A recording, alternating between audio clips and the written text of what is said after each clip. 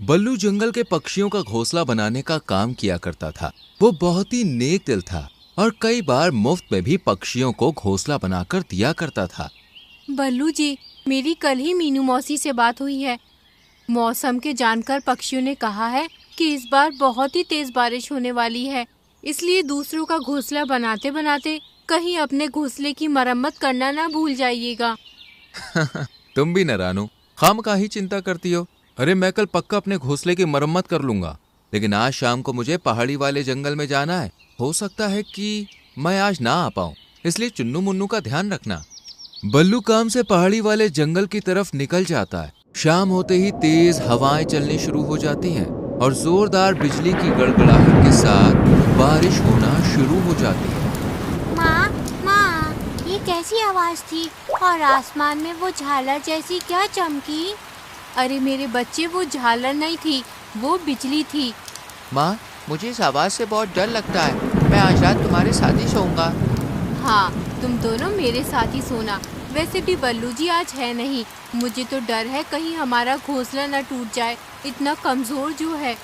रानू मन ही मन परेशान हो रही थी कि तभी दरवाजे पर मीनू मौसी दस्तक देती हैं। मीनू मौसी, इतनी बारिश में यहाँ क्या कर रही हो? क्या हुआ? सब ठीक तो है? पहले अंदर आओ। कुछ भी ठीक नहीं है रानू। वो देख, मेरा घोंसला पानी में बह रहा है। बारिश इतनी तेज है कि मेरा कमजोर घोंसला ढह गया। आज रात मैं तेरे साथ ही रुकूंगी।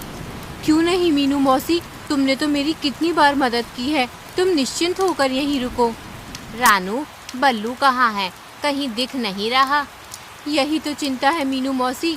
बल्लू जी पहाड़ी वाले जंगल में काम से गए हैं, पर मुझे डर है इस बारिश में वो कैसे होंगे।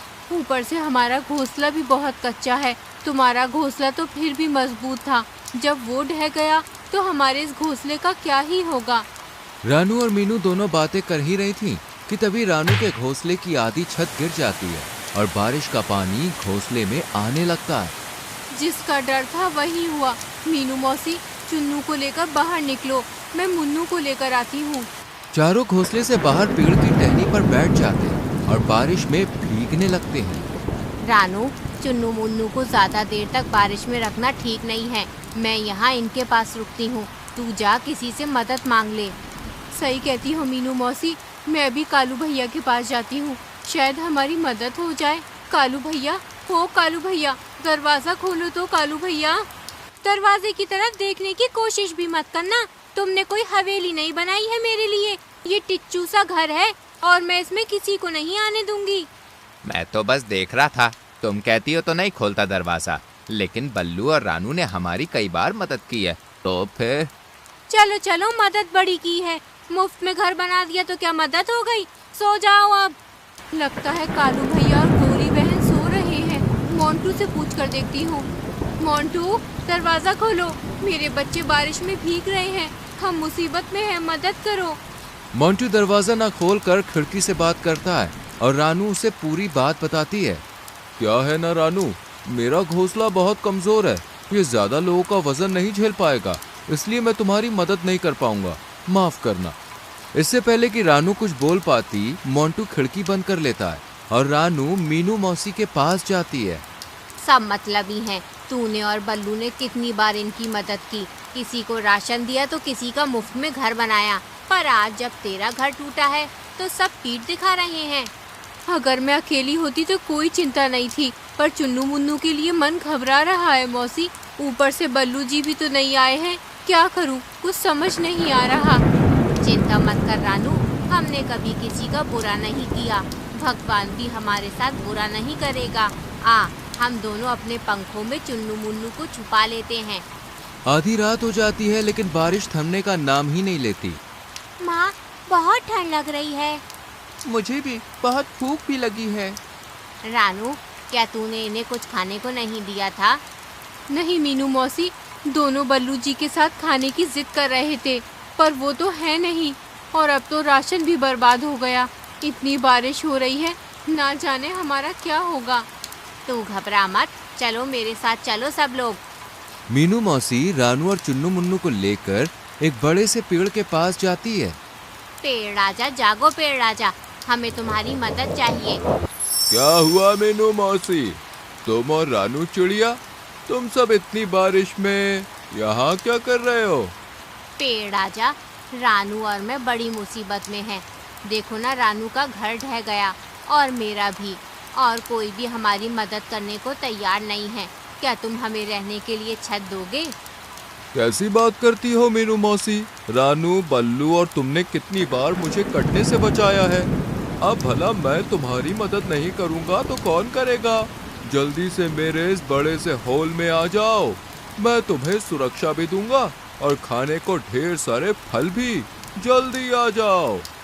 रानू और मीनू तुरंत ही चुन्नू मुन्नू के साथ पेड़ के होल में बैठ जाती हैं। वहाँ बहुत सारे फल भी खाते हैं वो लोग, और फल खा के सभी अपनी भूख मिटा लेते हैं। देखते ही देखते पूरी रात गुजर जाती है।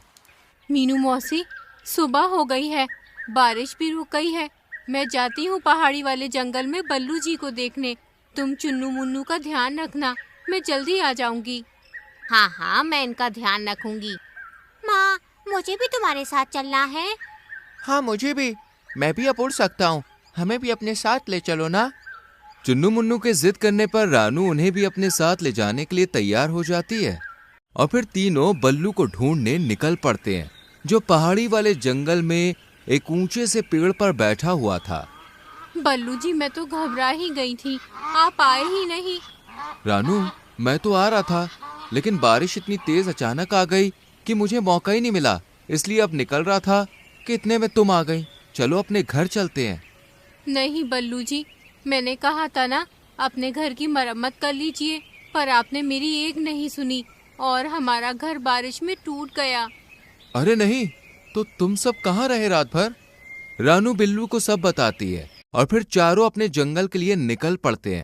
उन्हें पहुंचते पहुंचते शाम हो जाती है, और तेज हवाओं के साथ हल्की हल्की बूंदाबांदी शुरू हो जाती है। अरे नहीं, लगता है मैं आज भी अपना घर नहीं बना पाऊंगा। कोई बात नहीं, हम पेड़ के होल में रह लेंगे, वो बहुत बड़ा है। हाँ, और वहाँ बहुत से मीठे फल भी हैं खाने को, मजा आएगा। चारों पेड़ के होल में पहुंचते हैं, जहां मीनू मौसी भी बैठी हुई थी। मैं तो डर ही गई थी कि कैसे होंगे तुम सब, पर अब जान में जान आई। तुम लोग ठीक हो? चलो ये फल खा लो, पेड़ ने दिए हैं, बहुत स्वादिष्ट है। देखते ही देखते बारिश शुरू हो जाती है। रानू और बाकी सब सो जाते हैं, पर तभी किसी के चिल्लाने की आवाज आती है। बचाओ, कोई तो बचाओ, मेरा राशन, मेरा घर, कोई तो मदद करो रे। अरे भगवान, गौरी गौरी, तुम मेरा हाथ पकड़ो। मीनू मौसी, ये आवाज कैसी? लगता है जैसे गोरी और कालू की है, शायद कुछ हुआ है। चलो चलकर देखते हैं। हाय भैया, कोई बचा लो रे, बचा लो। अरे नहीं, गोरी तो डूब रही है। मैं अभी उसे बचा कर लाती हूँ। रानू तुरंत ही नीचे की तरफ जाती है और गौरी को बचा लेती है, पर जंगल का माहौल देखकर वो हैरान रह जाती है। चारों तरफ पानी ही पानी था। सभी पक्षियों के घर पानी में तितर बितर हो गए थे। रानू, गौरी को मत छोड़ना, उसे तैरना नहीं आता, वो मर जाएगी। हाँ हाँ कालू भैया, मैंने पकड़ लिया है। कोई मेरी मदद करो, मैं अपने ही घर में फंस गया हूँ, कोई मदद करो। रानू गौरी को लेकर पेड़ के पास पहुँचती है। इतने में उसे मोंटू की आवाज सुनाई देती है। मीनू मौसी, ये मोंटू की आवाज कहाँ से आ रही है? ऐसा लगता है वो जो पानी में घर बह रहा है ना, उसमें से आ रही है। हाँ, ये तो मोंटू का ही घर है। देखो ऊपर मोर पंख भी है, लगता है मोंटू की जान खतरे में है। मैं अभी उसे बचा कर लाती हूँ। मैं भी आती हूँ। और मैं भी। कोई तो मुझे बाहर निकालो, ये दरवाजा जम गया है, पानी भी अंदर भर रहा है, बचाओ, कोई तो बचाओ। तुम चिंता मत करो मोंटू भैया, हम आ गए हैं। तीनों मोंटू को जैसे तैसे घर से बाहर निकालते हैं और बाकी जंगल वासियों को भी सही सलामत पेड़ के होल में ले जाते हैं। रानू की दिलेरी देखकर सभी पक्षियों के सर शर्म से झुक जाते हैं। रानू बहन, मैंने तुम्हारे बुरे वक्त में तुम्हारी मदद नहीं की। तुम रात भर अपने बच्चों के साथ मदद को भटकती रही, लेकिन मुझे फिर भी तरस नहीं आया और तुमने एक बार भी अपने बारे में नहीं सोचा और मेरी मदद करने दौड़ पड़ी। मुझे माफ कर दो। मुझे भी माफ कर दो रानू और मीनू मौसी, मैं भी उतना ही गुनहगार हूँ जितनी की गौरी। इसने मना किया और मैं मान गया। मुझे तो तुम्हारी मदद करनी चाहिए थी। मैंने भी तुम्हें यूं ही छोड़ दिया, ये जानते हुए कि बल्लू भैया घर पर नहीं है। मैंने तुम्हारी मदद नहीं की, मुझे भी माफ कर दो। कोई बात नहीं, आप सबको अपनी गलती का एहसास है, हमारे लिए यही काफ़ी है। और वैसे भी गलती का एहसास होना सबसे बड़ा पश्चाताप होता है। मैंने आप सभी को माफ़ किया। रानू ने माफ कर दिया मतलब मैंने भी माफ कर दिया। लेकिन याद रखना, हम सब एक दूसरे के सुख दुख के साथी हैं, इसलिए ऐसा दोबारा ना करना। तो देखा दोस्तों, रानू और मीनू को उनकी अच्छाई का फल आखिर